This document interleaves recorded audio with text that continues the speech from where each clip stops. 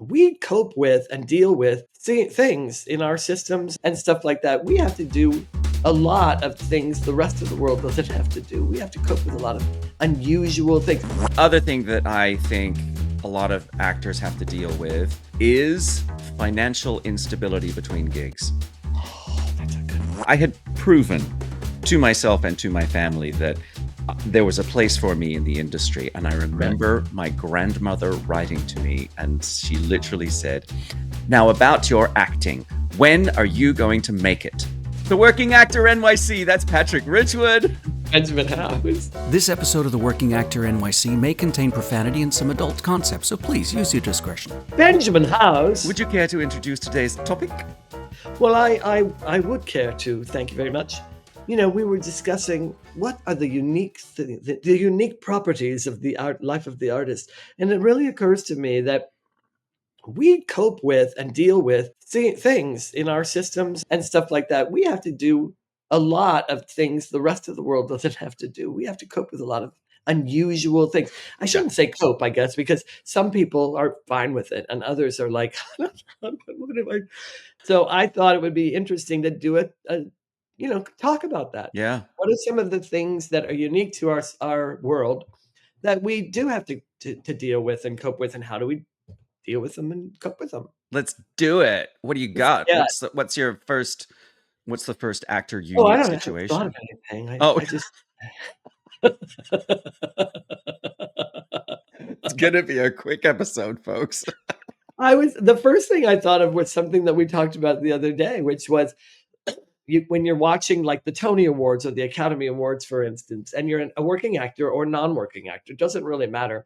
There's part of our brain that goes, "Oh, why am I not up there? How come that could have?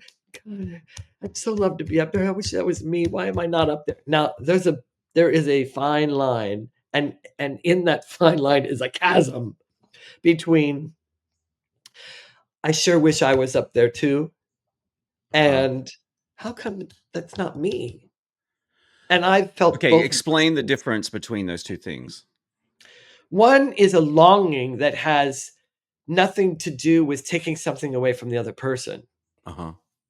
And the other is lives in a paradigm where the world is a pie. And if I take a piece, that's one less piece for you. Or if you take a piece, that's one less piece for me. That's pie thinking. And so those are two very distinct things, but they seem very close together. You know what I mean? Yeah. Somebody else's success is not your failure. It's not your failure, and vice versa, which is Right. a big one.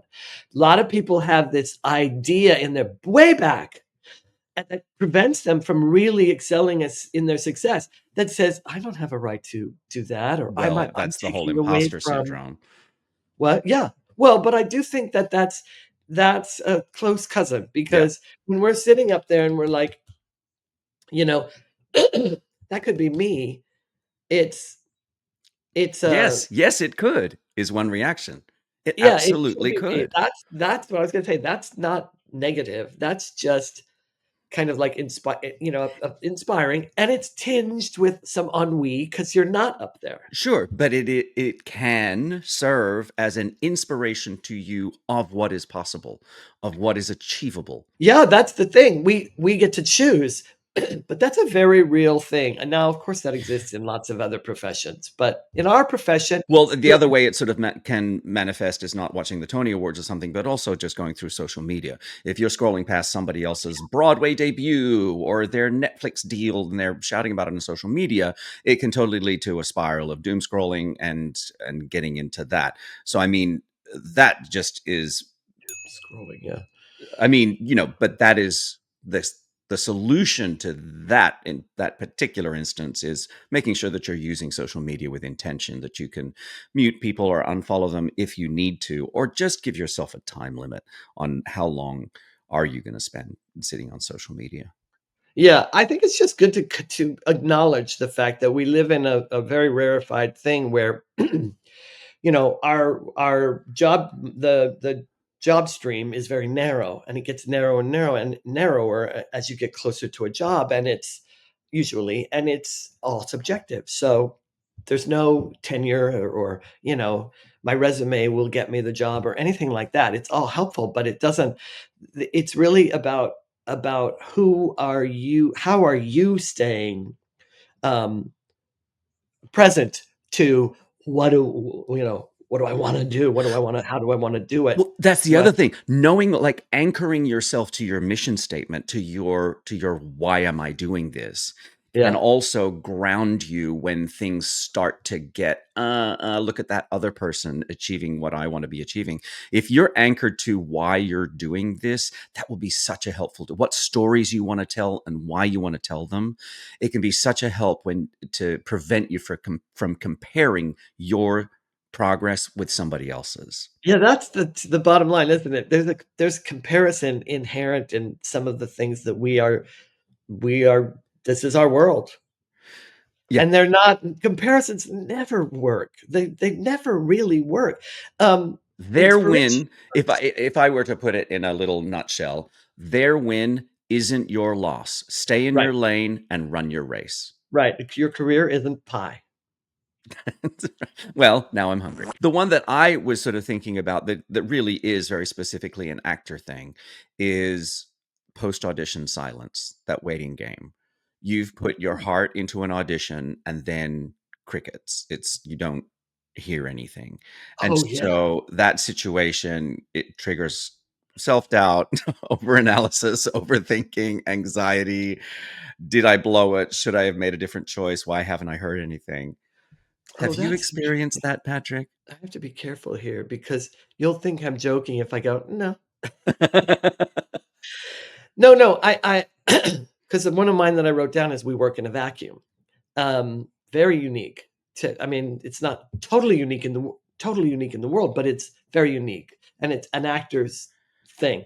People don't get it. It's like, "What do you mean you don't hear after the audition?" People who have been in my life for all my life still go, "How did the audition go? How's it what's going on with that audition you d" And I was like, "I don't know.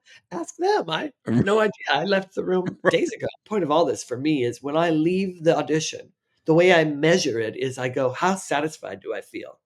Like, I Yeah, don't know if I'm gonna get the job, but did I get the part?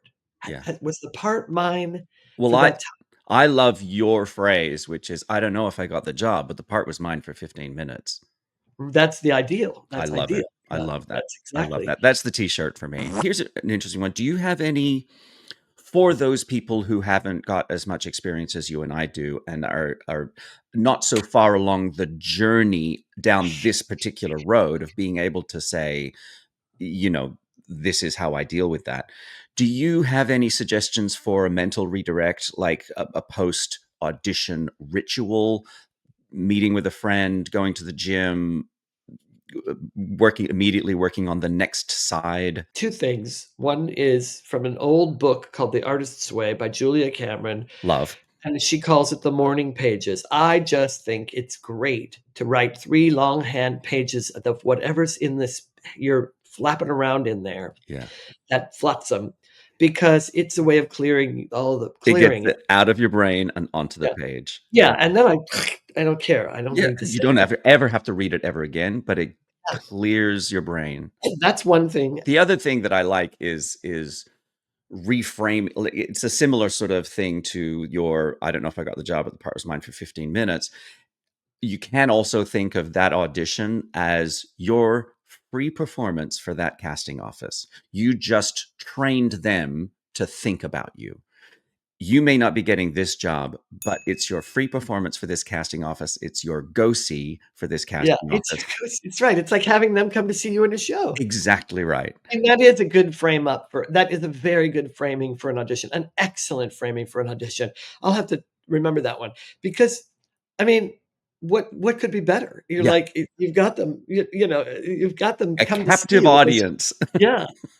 Why not really do You some you cool may work? not be able to get them to come and see you in the gig that you're doing, down the Oh, yeah, chances are slim in New York, yeah, at the reading but you're doing or the yeah.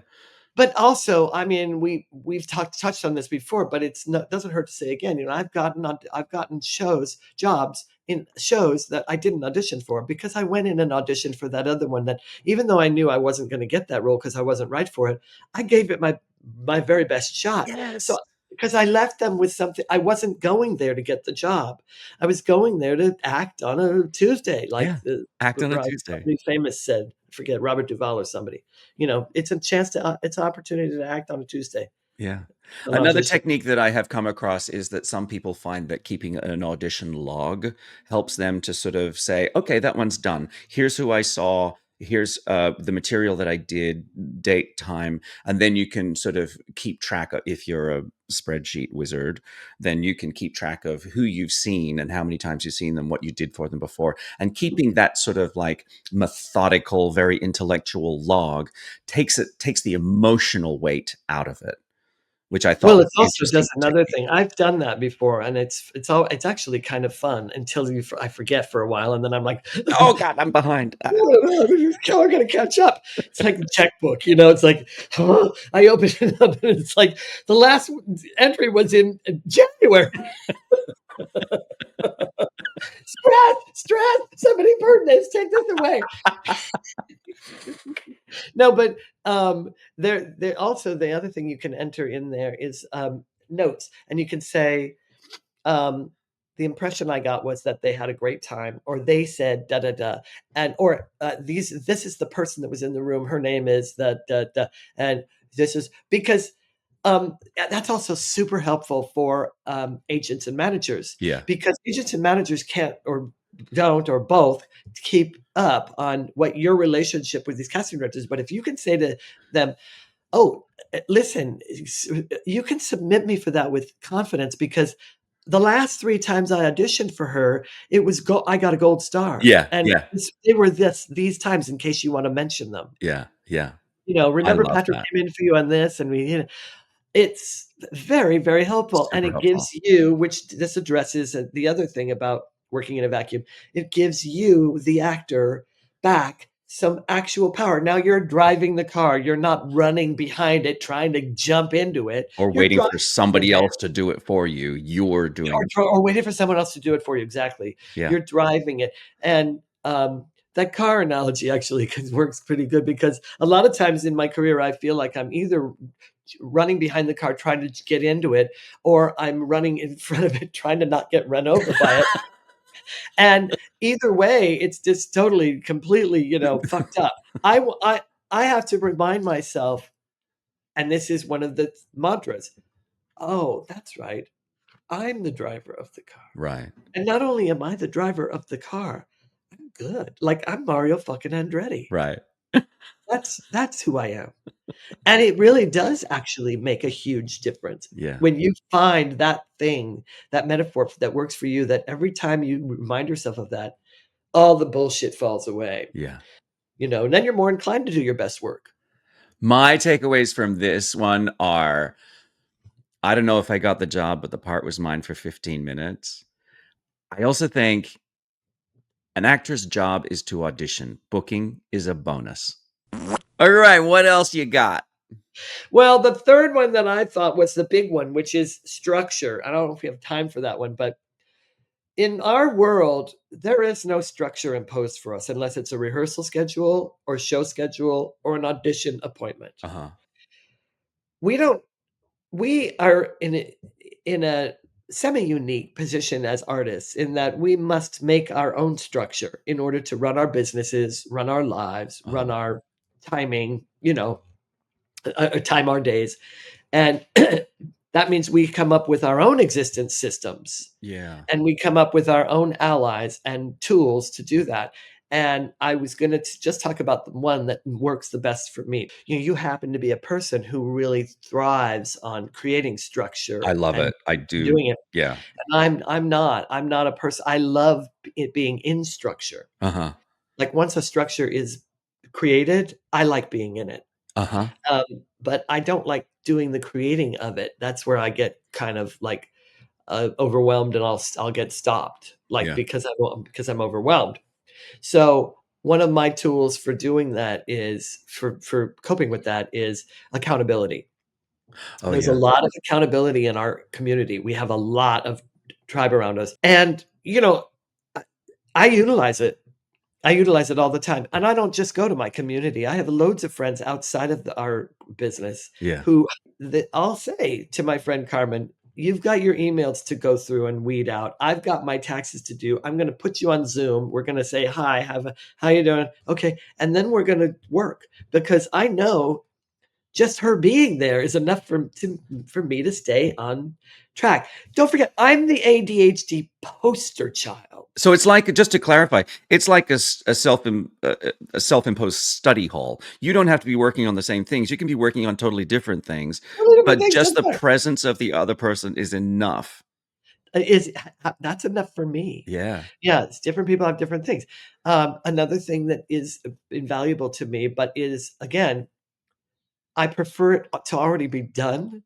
So I need an accountability to do it, and that is creating an existence system that has integrity. So that what that might look like is setting up your day the day before in existence, like it's in the calendar or there are timers or that's what I mean by in existence. I don't mean it's just like, well, I know what I'm going to do. I mean it's actually written down. Other people are aware of it. These are the ways I measure existence. You know, Here's everything's how have I to here's how I shift know in order here's how I for it know to I'm be real alive. Other existence. people know I'm alive. That's I'm telling you. I mean, okay, well, I know I'm alive, but you know, it's a hugely underrated thing to have other people know that you said something that when you were in your right mind, you Yeah. said, "I want to do this." Yeah. Because then somebody, if they're a good friend, will say, "Well, I'm only holding you to your word because I have it that your word matters to you." That's Yeah. what I Yeah. feel like a good friend will say. Yeah. Yeah. So, yeah, yeah, and for me, that's a huge, big it's simple but very effective way of coping with something that's rampant in our I'm making it sound like chlamydia or something in our world. It is rampant that we have to create our own structure. Other thing that I think a lot of actors have to deal with is financial instability between gigs. Oh, that's a good one. Actors, we have a job and then we don't have a job. And we have a job and then we don't have a job. Acting jobs, they come, they go. Our income is inconsistent.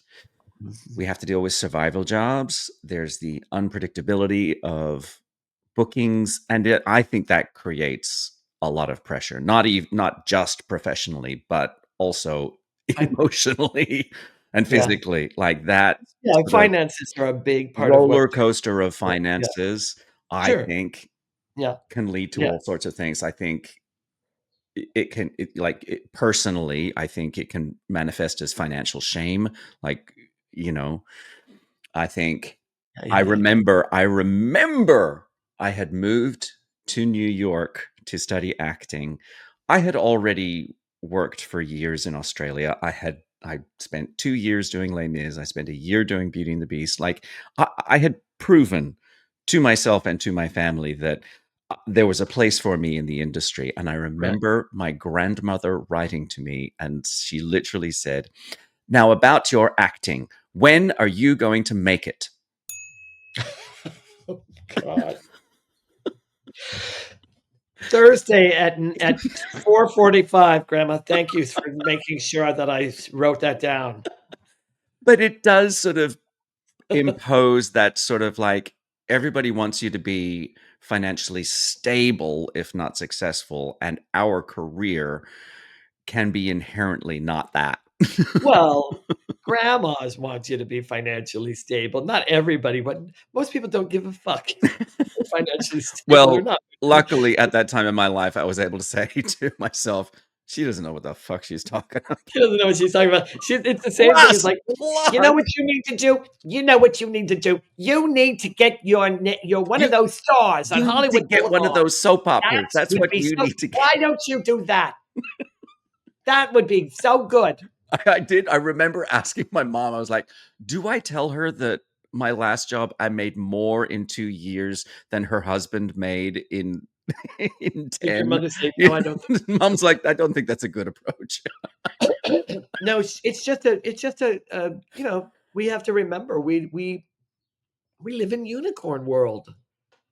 We really do. I mean, like I said, I know lots of, and more, I'm meeting what I call hybrid artists, where they're just as comfortable in the real business world as they, in the what I call the muggle world, as they are in the unicorn world. That's a And struggle, though. Like, that is a journey that, for me, it is. You know what? It used to be a struggle, not anymore. You know why? Because A, I'm old, and B, and I know who I am, yeah. and B, um, I'm old and I know who I am. I'm too old to remember the B. It stopped at I B. forgot. Between A and A minus, I forgot what B is. No, I just think that it is a struggle until you realize, until you make your peace with it. That's what leads to, I think, a imposter syndrome, and feeling behind your peers who do have stable careers or whatever. It's that sort of like, am I actually the person that I want to be? Because I'm finding myself riding this financial roller coaster. Do I really get to call myself an actor if I haven't made a financially stable living from it? Oh, that's interesting. That's interesting. So Am for I you, really it's an more actor? like, am I just kidding myself, or I'm have just I saying made? that that's the version of imposter syndrome that I'm sort of Yeah, specifying. yeah. Specifically about finances, I feel like the practical advice here is, get yourself a freelance or a side job that you don't hate, that allows you some flexibility and pays you enough to reduce that stress Yeah. around that thing while you are waiting. And I also think what's important is, like, emotionally separate your identity from money. You're not less of an actor because you're waiting tables. You're more of an actor because you're still playing that game. You're still investing in that identity and that world. But emotionally separating yourself from the financial side of it allows you to exist, allows the two things to coexist. I also think what we're doing right now, normalize the hustle, talk about it, you know. Talk about it. You'd be surprised. It's amazing how gratifying it is to hear successful people go, "Oh, I struggled for 25 years. I didn't get Danny DeVito didn't get his big break until he was like, 40 or Yeah, something yeah, on tax." But I know I definitely understand that the journey of all we've been through it. We've been through right. all of it. This won't kill you. None of it will kill you. B, if it's time for you to leave the business, you'll know because you'll leave the business. You don't have to justify why you do, what you love doing and why you are committed to it and pour money into it and pour time and your heart into it. You don't have to justify that to anybody but yourself. It's your self-expression. You It's can what you're be here you can be both broke and brilliant. Don't confuse your bank account with your self-worth. That's right. That's true. You know what? You can be both broke and brilliant. That's the other T-shirt that we should have. Oh, let's start some Be t-shirts. both broke and brilliant. You can be both broke and brilliant.